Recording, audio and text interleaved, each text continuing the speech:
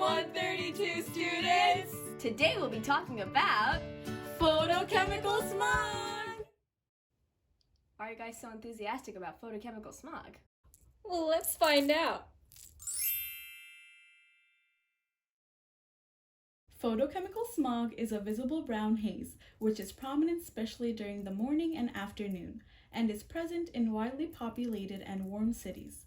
This type of smog is produced when UV light reacts with nitrogen oxides, VOCs, and ozone.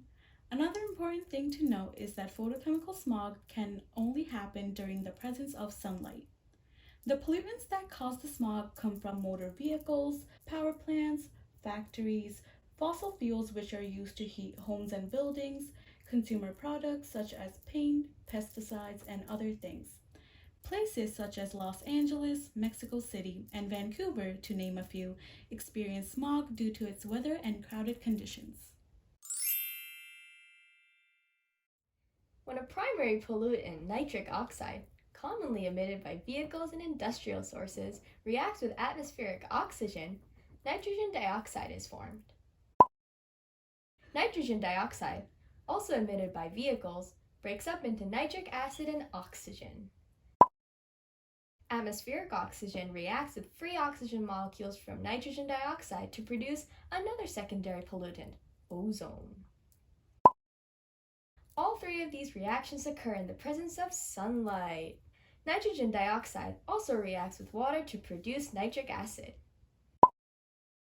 It also reacts with a primary pollutant called volatile organic compounds, which are commonly found in cleaning products or building material. This produces peroxyacyl nitrates, or PANs.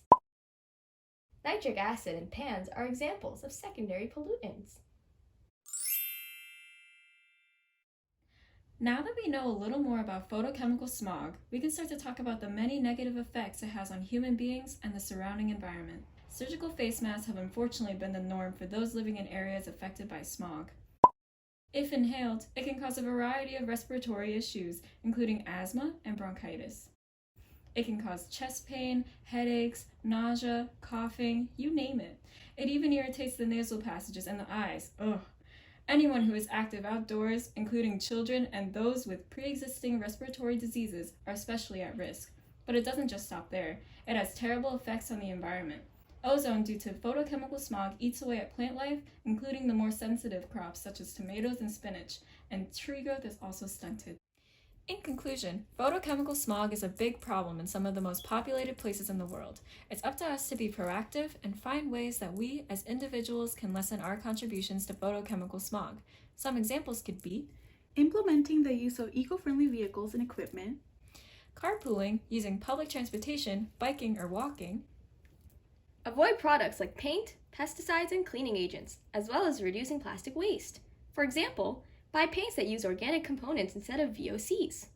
Another big way to reduce photochemical smog is to use and promote renewable energy sources, such as solar panels and geothermal energy to your homes and offices.